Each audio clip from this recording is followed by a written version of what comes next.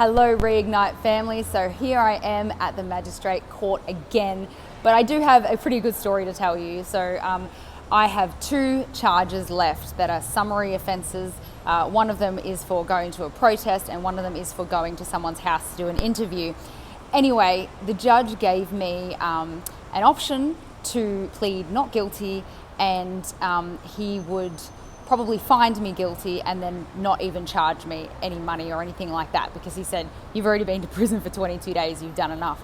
So I contemplated this option a lot and decided that I decided that actually I need to fight this, because if I plead not guilty and then he finds me guilty without a chance for me to discuss it, then there's no precedent set. So I didn't want to drag this out, but I'm dragging it out, and I want to tell you that there are good judges, okay? The magistrate I had today was a lovely person, and I'm not going to go into too much detail because I don't want to get him in trouble or anything like that, but I can tell you sympathy is out there for people like us. The whole courtroom were basically on my side. The judge actually gave me a lot of time. I represented myself, and so he helped me out with tips and things like that. And it was a really great experience. I mean, obviously it's embarrassing even having these discussions.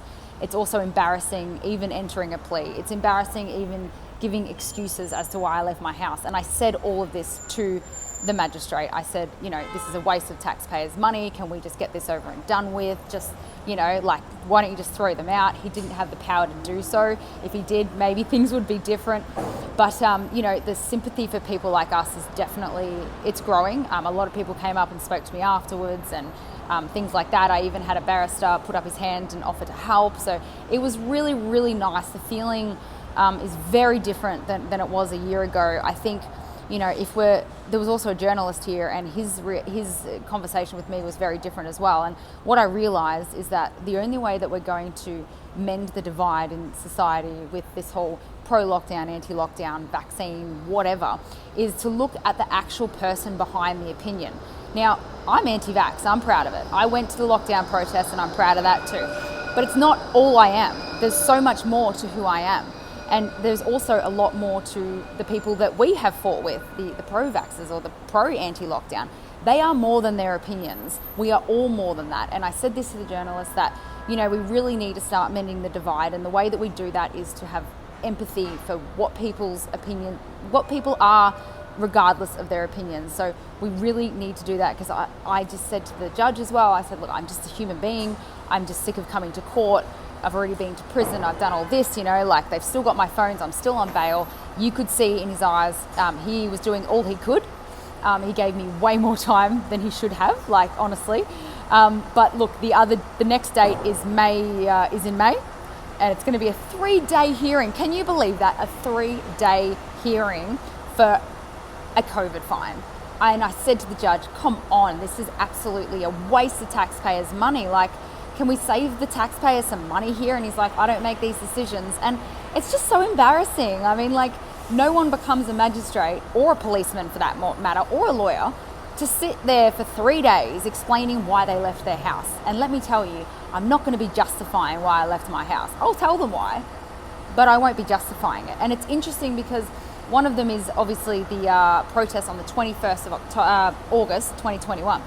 And my argument is that I'm a journalist, but I said to the judge, I have an issue even making that argument, because if I can justify legally that I was there for media reasons, does that mean the thousands of other people who were there didn't have a right to be there? I can't really use that argument, because it null and voids the whole point that everyone has a right to be there.